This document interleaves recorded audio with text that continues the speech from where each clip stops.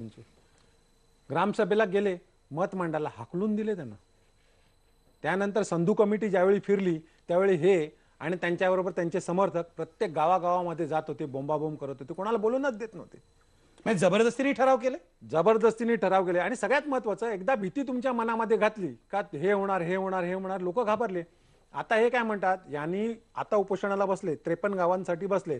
त्याच्या आधी संधू कमिटीला यांनी काय सांगितलं, रेल्वे पासून हायवे पर्यंतची गावं घ्या, अमुक बोळींज घ्या, कोफराडचा काही भाग घ्या, आगाशीचा घ्या. मग उपोषणाच्या आधी तुम्ही का नाही लोकांना सांगितलं का मी असं असं सांगितलंय? म्हणजे आज पण हे 53 गावं बोलून लोकांना फसवतात ना. यांनी काय सांगायला पाहिजे होतं की ही अमुक गाव आहेत, ही घ्या, ही सोडा, आणि त्याची कारणं द्यायला पाहिजे होती. उपोषणाच्या दिवशी पहिल्या दिवशी हे पोलिसांवर आरोप करतात. पहिल्या दिवशी तहसील ऑफिस, TLRचं ऑफिस, सिडकोचं ऑफिस, सगळी शासकीय कार्यालय यांनी आदिवासी आणून बंद पाडली. लोकांचे प्रचंड हाल झाले, नुकसान झालं सरकारचं आणि सामान्य माणसाचं. असं 3 दिवस चाललेलं. पोलीस फक्त बघत होते, तिथपर्यंत यांना पोलीस चांगले होते.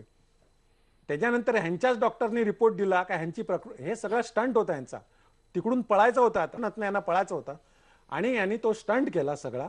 आणि त्याच्यामध्ये ठाण्याला गेल्यानंतर हे उपोषण का सोडलं यांनी?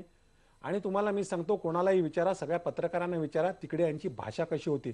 एवढी घाणेरडी भाषा त्या 3 दिवस चाललेली, कानात म्हणजे शब्द ऐकवत नव्हते, एवढी घाणेरडी भाषा वापरत होते. आणि सगळं रेकॉर्डिंग आहे सगळ्या पत्रकारांकडे. आपण तिथे हजर असलेल्या डॉमिनिका डाबरे आहेत आपल्या सोबत फोनवर.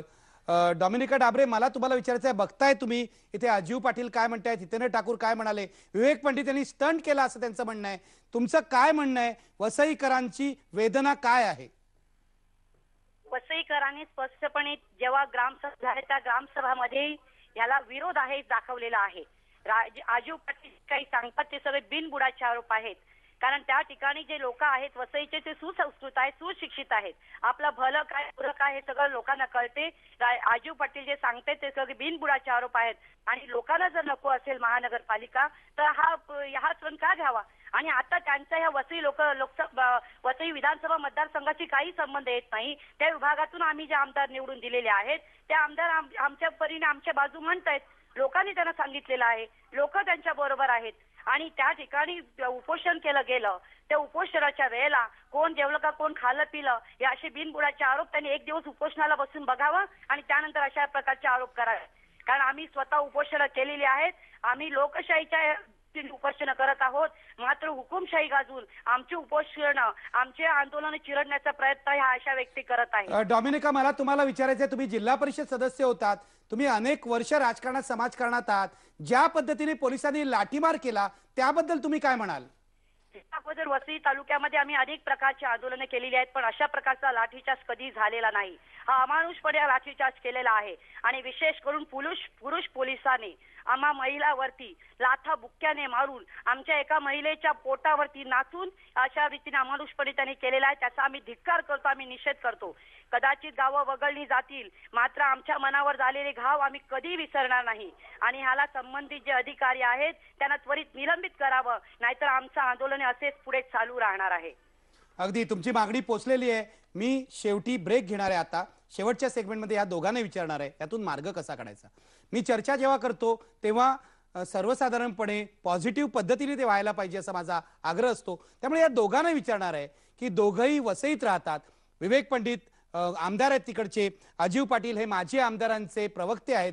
मार्ग कसा काढायचा आहे आम्हाला सांगा, आणि दोघांनी वसईकरांच्या वतीने सरकारला काय ते सांगा, हे मी त्यांना विचारणार आहे. घेणार आहे एक ब्रेक पूर्वी आपला प्रश्न पहा.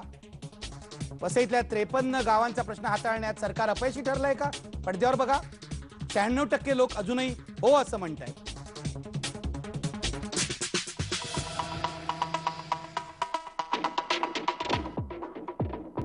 एक नंतर तुमचं स्वागत. शेवटची वेळ आहे माझी. मला तुम्हाला अजीव पाटील विचारायचं आहे. 2 मुद्दे आहेत. एक तर लाठीमाराचा मुद्दा. आता डॉमिनिका डाबरे म्हणाला की लाठीमाराची चौकशी होऊन संबंधित अधिकाऱ्यांनी निलंबित केलं पाहिजे. या मागणीला तुमचा पाठिंबा आहे की नाही? पाठिंबा असणं म्हणजे मगाशीच आमदारांनी सांगितलं हितेंद्र ठाकूरांनी की लाठीमारा हा कधीही चुकीचा आहे. परंतु बसेस जाळल्या, सरकारी अधिकाऱ्यांना मारहाण झाली, त्यांच्या गाड्या फोडण्यात आल्या, त्याच्या चौकशीची कोणी मागणी करत नाही. आणि सगळ्यात महत्त्वाचं, कायदेशीर बाजू कोणी बघत नाही का कायद्याने आपण करायला पाहिजे. न्यायालयात कोणी जात नाही. नाल्यावर काय अविश्वास आहे का मला तुमचा? सांगा की ज्या लोकांनी जाळपोळ केली, ज्या लोकांनी तोडफोड केली, घराघरामध्ये घुसून म्हाताऱ्या बाईला, 70 वर्षाच्या म्हाताऱ्या बाईला पोलिसांनी बाहेर काढलं, हे तुम्हाला मंजूर आहे? आम्हाला अजिबात मंजूर नाही. बायकांना मारलं, तरुण मुलांना मारलं, जाळपोळ करणारे हे लोक होते. या एसआरपी ला काय कळलं की हेच लोक होते? एक लक्षात घ्या, काय झालं तुम्हाला सांगतो. जाळपोळ चालू झाली, पोलीस आले, पोलिसांवर दगडफेक झाला आणि जे यांचे समर्थक होते, बाहेरून आलेले होते, ते पुढच्या दारातनं घुसले, मागच्या दारातनं पळून गेले. पण असं काही कॅमेऱ्यावर दिसत नाहीये. पोलीस एसआरपी आत घुसते, एसआरपी खेचून आणते, एसआरपी मारते. शूट जे घेतले गेले ना, ते नंतर पोलिसांनी जे केलं, एसआरपी आले. पण तुमचं असं म्हणणं आहे पोलिसांनी जे अत्याचार केले ते योग्य केलं? योग्य कोणी सांगितलं? आम्ही कुठे सांगतो योग्य केले? पण मग ही जी अत्याचार मागणी हा आहे कधी- पोलिसांच्या अत्याचाराची चौकशी करा, याला तुमचा पाठिंबा आहे की? आमचा पाठिंबा आहे. तुमचा पाठिंबा आहे? आमचा संपूर्ण या घटनेचा चौकशी व्हावी असं आमचं म्हणणं, पहिल्या दिवसापासून शेवटच्या दिवसापर्यंत. ह्याच्या हे मागे लोकांवर झालेले अत्याचार चूक आहेत असं तुम्हाला वाटतं? चूक आहेत आणि 20 वर्षात जे घडलं नाही ते आता का या वर्षभरामध्ये 1.5 वर्षात घडते, याची चौकशी झाली झाली पाहिजे. त्याच्या मागे कोण ब्रेन आहे हा पण तपासला पाहिजे. अगदी. मला शेवटचा प्रश्न तुम्हाला विचारायचा आहे. 56 गावं जर वगळण्याचा निर्णय झाला तर तुमची भूमिका काय असणार आहे? 56 गावं जर वगळण्याचा निर्णय झाला तर 53 गावं. 53 गावं. आमचा विरोध नाही. आमचं एवढंच म्हणणं आहे का घाणेरड्या राजकारणासाठी वसईची वाट लावू नका. तिथूनचे सुज्ञ लोक, तिकडूनचे स्थानिक आहेत, जे बाहेरून आलेले आहेत ते नाहीत, ज्यांचा वसई तालुक्याशी काही संबंध नाहीत, असे आता नेतृत्व करायला लागलेले आहेत. किंवा 20 वर्षामध्ये ज्यांनी कुठेही सामाजिक ह्याच्यामध्ये भाग घेतला नाही, जे घेणारे आहेत, मार्कुस डाबरे आहेत, मनवेल तुस्कानो आहेत, विलास विचारे आहेत, फादर डिब्रेटो, ते राहिले बाजूलाच. आणि आयत्या वेळा फादर दिप्रेटो यांच्या बरोबर होते. दुसऱ्या दिवशी अत्याचाराचं त्यांनी निषेध केलेला आहे.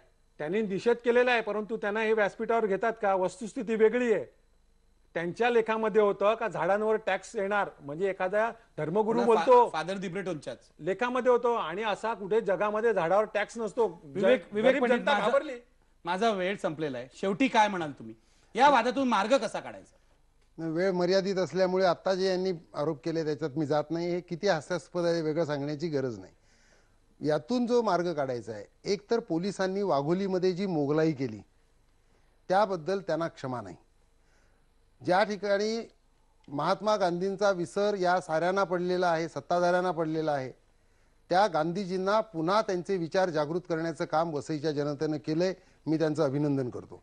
आणि ते चिरडण्याचं काम ज्यांनी केलेलं आहे त्यांना कोणत्याही पद्धतीने क्षमा नाही, ही पहिली गोष्ट. म्हणजे सरकारने पोलिसांवर कारवाई नाही केली तर तुम्ही पुन्हा आंदोलन करणार? केवळ पोलिसांच्यावर नाही तर पोलिसांना आदेश देणाऱ्यांच्यावरही झाली पाहिजे. आणि संपूर्ण पोलीस दलाची फेररचना होऊन यापुढे संपूर्ण महाराष्ट्रामध्ये लोकशाहीच्या पद्धतीनं शांततेच्या मार्गाने चालणारं आंदोलन चिरडण्याची हिंमत पोलिसांची होणार नाही, अशा पद्धतीची कारवाई झाली पाहिजे असं माझं मागणं आहे. दुसरी गोष्ट, 53 गावांच्या प्रश्नामध्ये ज्या ग्रामसभांनी विरोधात ठराव केलेले आहेत त्यातली एकही गाव हे महापालिकेत समाविष्ट होऊ नये. आणि ते जर महापालिकेत समाविष्ट करण्याचा प्रयत्न झाला तर वसईची जनता शांत राहणार नाही, हेही मला या निमित्तानं सांगायचं आहे. अगदी. माझा वेळ संपलेला. शेवटी प्रश्न बघा, वसईतल्या 53 गावांचा प्रश्न हाताळण्यात सरकारला अपयश आलंय का? बघा पडद्यावर. अजूनही 97% लोक, आता वाढलेली आहे टक्केवारी, 97% लोक म्हणतात होय सरकारला अपयश आलंय. मुख्यमंत्री अशोक चव्हाण हे ऐकत असतील तर यांनी या सगळ्याची दखल घ्यायला पाहिजे. ज्या पोलिसांनी अत्याचार केले त्यांच्यावर कारवाई करण्याची मागणी आहे. सरकार किती संवेदनशील आहे ते या प्रश्नातून ठरणार आहे. राहता राहिला ग्रामपंचायतीचा प्रश्न, ग्रामसभांनी ठराव केले असतील तर काय करायचं याची दखल सरकारला घ्यावी लागेल. धन्यवाद. पहा फक्त IBN लोक.